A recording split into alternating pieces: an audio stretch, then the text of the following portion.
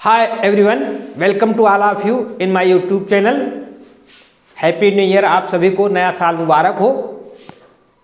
दोस्तों, आज हम आपको कुछ यूज के बारे में बताने वाले हैं, तो बिना देर किए हुए हम टॉपिक पर आते हैं। आज का यूज जो है जिस पर हम चर्चा करने वाले हैं वह है use of has, have and had. तो गाइस, समय की बचत के लिए हम इसको लिख देते हैं ताकि वीडियो लंबा न बने। और जब हम हैज, हैव, हैड की बात करते हैं तो इसका यूज कैसे होता है, कहाँ होता है, कैसे पहचानेंगे हम, तो उसी की चर्चा हम करने वाले हैं। यह ट्रांसलेशन करने में बहुत ही काम आएगा, इसलिए यह लर्नर के लिए बहुत ही ज़रूरी है। बाकी आगे काम आएगा ही आएगा। तो सबसे पहले पहचान करते हैं, अगर हैज, हैव, हैड आया है और उसके साथ अगर मुख्य क्रिया नहीं लगी है तो वो हमेशा पास है, पास था का काम करेगा। पास्ट परफेक्ट में अगर आता है तो आप जानते हैं हैड के बाद क्रिया का थर्ड फॉर्म आ जाता है, तो वहाँ ये हैज, हैव, हैड का प्रयोग एक टेंस के रूप में होता है। बट यहाँ पर मेन वर्ब के रूप में ये खुद इस्तेमाल किया जा रहा है। तो पहचानेंगे कैसे कि वाक्य के में पास है, पास हैं, पास था अगर हैड है तो पास था, पास थी, पास थे आदि आता है, तथा यह अधिकार या स्वामित्व प्रदर्शित करता है। अगर हैज, हैव, हैड के साथ में मुख्य क्रिया नहीं है तो वह हमेशा पोजीशन, ओनरशिप वह प्रदर्शित करेगा। अगर हम चर्चा करें फॉर्मेटिव सेंटेंस की, तो फॉर्मेटिव सेंटेंस के लिए हम स्ट्रक्चर ऑफ क्या रहेगा, हैज, हैव का स्ट्रक्चर है कि सबसे पहले एक वचन करता रहेगा और थर्ड पर्सन रहेगा। ध्यान दीजिए, उसके साथ हैज लगाएंगे और मेन वर्ब नहीं आएगी, ऑब्जेक्ट आ जाएगा और अदर वर्ड यानी अन्य शब्द आ जाएंगे। फिर अगर आपका प्लूरल सब्जेक्ट है, बहुवचन करता है और मैं है, यू है, मैं और तुम आप जानते हैं एक वचन में ही होता है, बट क्या है कि थर्ड पर्सन नहीं है, इसलिए इसके साथ हैज का प्रयोग नहीं होगा। यानी प्लूरल करता रहेगा और आई रहेगा यानी मैं, यू रहेगा यानी तुम, मैं तुम रहे तो उसके साथ में हम हैव का प्रयोग करेंगे और उसके साथ में ऑब्जेक्ट लगा देंगे, मेन वर्ब रहेगी नहीं और फिर यह अदर वर्ड आ जाएगा। तो इसको हम इस तरह से एग्जाम्पल के माध्यम से समझते हैं। जैसे मोहन के पास एक कार है, मोहन के पास एक कार है तो यानी उसके कब्जे में है, पोजीशन में है, तो मोहन हैज अ कार। ठीक है। फिर बच्चों के पास खिलौना है। अब बच्चों चिल्ड्रन, चिल्ड्रन प्लूरल नंबर आ गया तो उसके साथ हैव लग गया, चिल्ड्रन हैव टॉयज। तीसरा है मेरे पास एक गेंद है। मेरे की अंग्रेजी यहाँ गाइस हमेशा आई आएगा, आई आएगा और तुम्हारे के लिए यू आएगा, योर नहीं आएगा और माई नहीं आएगा, इस बात को ध्यान रखें। तो मेरे पास एक गेंद है, आई हैव अ बॉल, मेरे पास एक गेंद है। तुम्हारे पास एक बल्ला है, यू हैव ए बैट, तुम्हारे पास बल्ला है, तुम्हारे पास एक बल्ला है, यू हैव बैट। तो बहुत सिंपल सा है नियम, इसमें बहुत मेहनत की जरूरत नहीं है, आप समझ सकते हैं और समझ गए होंगे।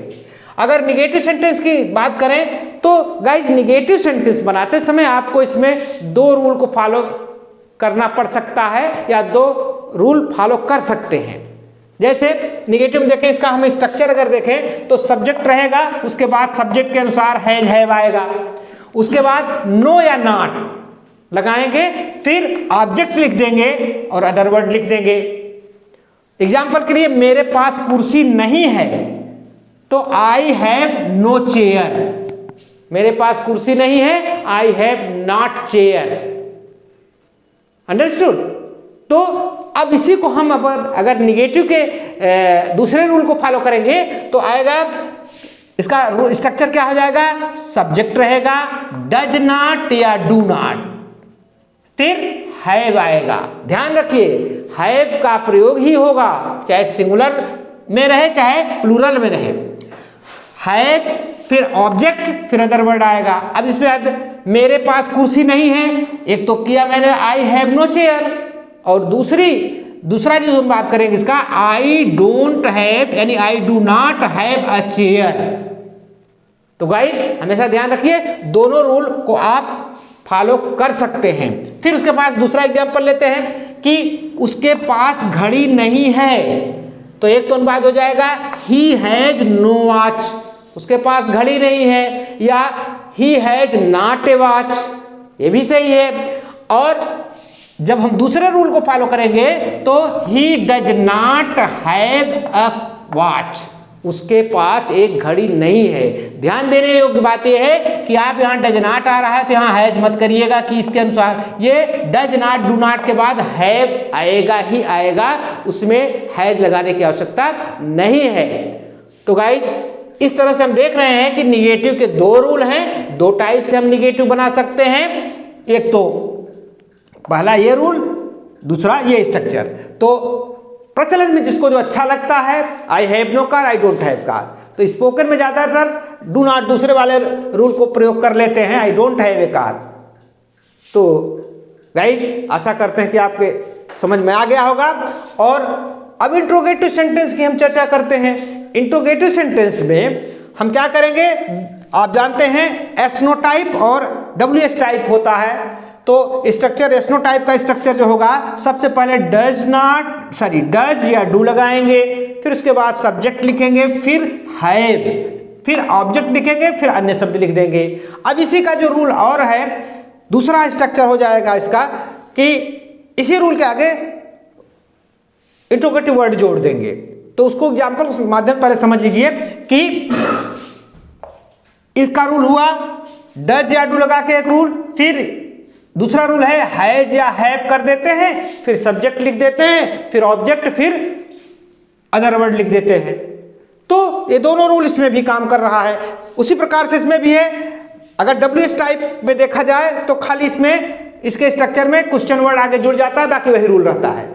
जैसे क्वेश्चन वर्ड हो गया, प्रश्नसूचक शब्द हो गया, फिर डज या डू जो भी सब्जेक्ट रहेगा, फिर सब्जेक्ट लगाएंगे, फिर उसके बाद ऑब्जेक्ट लिखेंगे, फिर अन्य लिखेंगे। अब उसी को अगर उधर से करते हैं तो क्वेश्चन वर्ड लिखेंगे, फिर हैज या हैव लगाएंगे, फिर ऑब्जेक्ट लिखेंगे, फिर अदर वर्ड लिखेंगे। अब एग्जांपल के माध्यम से आप समझिए। पहला जो एस नो टाइप का सेंटेंस है उसमें है क्या तुम्हारे पास कलम है। तो इसको दो तरह से कर सकते हैं, जैसे निगेटिव में था डज डू का प्रयोग करके, और वैसे सिंपली कर सकते हैं। तो do you have a pen, क्या आपके पास कलम है, या हैव यू ए पेन, आपके पास कलम है, क्या आपके पास कलम है। तो ये आपके ऊपर डिपेंड करता है कि आप कौन सा रूल आप लाइक करें, कौन से स्ट्रक्चर आपको पसंद है। वैसे स्पोकन में मैंने बताया ना कि ये डज डू का प्रयोग करके लोग ज़्यादा बोलना पसंद करते हैं, बट वो भी गलत नहीं है, वो आपकी इच्छा पर डिपेंड करता है। दूसरा है जैसे डेविड के पास सफेद कोट क्यों है, डेविड के पास सफेद कोट क्यों है। तो इसमें अगर डज डू का प्रयोग करेंगे तो why does David have white coat. तो यहां हमेशा माइंड करिएगा आप, डज डू के बाद हमेशा हैव ही आएगा, हैज की गलती मत करिएगा। अब इसी को हम दूसरे माध्यम से करते हैं, दूसरे वाले रूल से। तो why has David White quote, दोनों sentence, both sentences are correct. तो ये आशा करते हैं कि आपके समझ में आ गया होगा। हैड का प्रयोग हम आगे बताएंगे। एक्सरसाइज फॉर यू आपके लिए मैंने 2-4 सेंटेंस दे दिए हैं, आप इसको करके कमेंट में अनुवाद करके आप भेज सकते हैं। जैसे राधा के पास नीली पतंग है, अफर्मेटिव का है। तुम्हारे पास स्कूटर नहीं है, निगेटिव हो गया।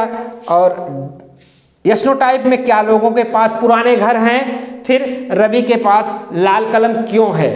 तो ये these are the sentences that is given to you, आपको दिया गया है एज एक्सरसाइज के रूप में। तो आशा करते हैं आप इसकी स्क्रीनशॉट ले लीजिए और लिख लीजिए। हम हैड का भी प्रयोग आपको बता देते हैं, आपको हैड का प्रयोग इसके बाद उसको भी हम कंसेप्ट क्लियर करते हैं। गाइस जब हम हैड की चर्चा करते हैं तो हैड का मतलब होता है पास था, पास थी। हम इसका स्ट्रक्चर लेते हैं अफर्मेटिव सेंटेंस का। स्ट्रक्चर क्या है? सभी करता, चाहे सिंगुलर हो या प्लूरल हो, उसके साथ हैड लगेगा। हैड के बाद ऑब्जेक्ट आएगा, फिर अन्य शब्द आ जाएगा। एग्जाम्पल के माध्यम से समझते हैं। उसके पास बंदूक थी, ही हैड ए गन। यहाँ पर ही हैड ए गन, उसके पास बंदूक थी, हैज हैव की तरह ही है, इसमें भी स्वामित्व प्रदर्शित हो रहा है। और निगेटिव की बात करते हैं तो निगेटिव में भी इसमें दो रूल अप्लाई होंगे, जैसे उसमें हुआ था, सभी करता रहेंगे, हैड रहेगा, फिर नॉट रहेगा या नो रहेगा, नॉट रहेगा या नो रहेगा, दोनों एक ही बात है। फिर उसके बाद ऑब्जेक्ट रहेगा, फिर अन्य शब्द आ जाएगा। तो जैसे इसका है कि दूसरा नियम है, सभी करता रहेंगे, डिड नॉट रहेगा, हैव रहेगा और ऑब्जेक्ट रहेगा, अन्य रहेगा। एग्जाम्पल के माध्यम समझते हैं। तुम्हारे पास धन नहीं था, यू हैड नॉट या यू हैड नो मनी। अगर दूसरा रूल अप्लाई करेंगे, you did not have money. Interrogative की चर्चा करते हैं। अगर इंट्रोगेटिव की बात करें तो इसमें यस नो टाइप में पहले आ जाएगा डिड, फिर सभी करता, चाहे सिंगुलर हो चाहे प्लूरल, और हैव लग जाएगा, ऑब्जेक्ट आ जाएगा, अन्य क्वेश्चन वर्ड हो जाएगा। या इसको हैड लिख देंगे डायरेक्ट, उसके बाद सभी करता, ऑब्जेक्ट अन्य लिख देंगे। दोनों रूल जैसे उसमें था उसमें सेम वही है। क्वेश्चन WH टाइप में रहेगा, प्रश्नसूचक शब्द पहले जुड़ जाएगा, बाकी सब डिड रहेगा, करता रहेगा, सारे रूल्स वही रहेंगे। इसमें प्रश्नसूचक शब्द जुड़ जाएगा, डिड का प्रयोग नहीं करेंगे तो हैड और सभी करता, फिर ऑब्जेक्ट हो जाएगा। एग्जाम्पल के माध्यम समझते हैं। क्या उसके पास कई मित्र थे? तो इसका अनुवाद हम करेंगे, did he have many friends या हैड ही मेनी फ्रेंड्स। इसमें ध्यान दीजिएगा, हैव ही आएगा, भले पास्ट में है वो हैव ही रहेगा। फिर मेरे पास पुरानी घड़ी कब थी? तो when did I have old watch. फिर उसके बाद अगर वैसे करेंगे पहले रूल के अकॉर्डिंग तो when had I old watch.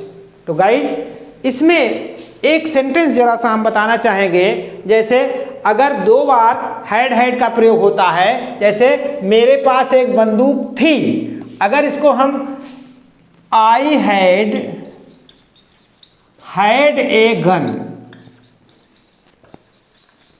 तो इसका अर्थ हो जाएगा कि मेरे पास बंदूक रह चुकी थी, यानी अब इस समय उनके पास बंदूक नहीं है। आई हैड ए गन, मेरे पास बंदूक हुआ करती थी, तो उसका सेंस अलग हो जाएगा।